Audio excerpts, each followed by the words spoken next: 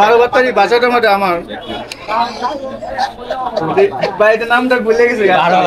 12 বাজা আসলে আমি মিস্টেক আমি চাই না, 12 বাতারি আমি ভুলে ফেলছি। এই যে এখানে যে মশলাটা দিছে ভাই, এই যে এইটা কি দেন? এটা মশলা আর কিসের মশলা? জিরা পাঁচ মিনিট মানে সবকিছু মিক্সার করা।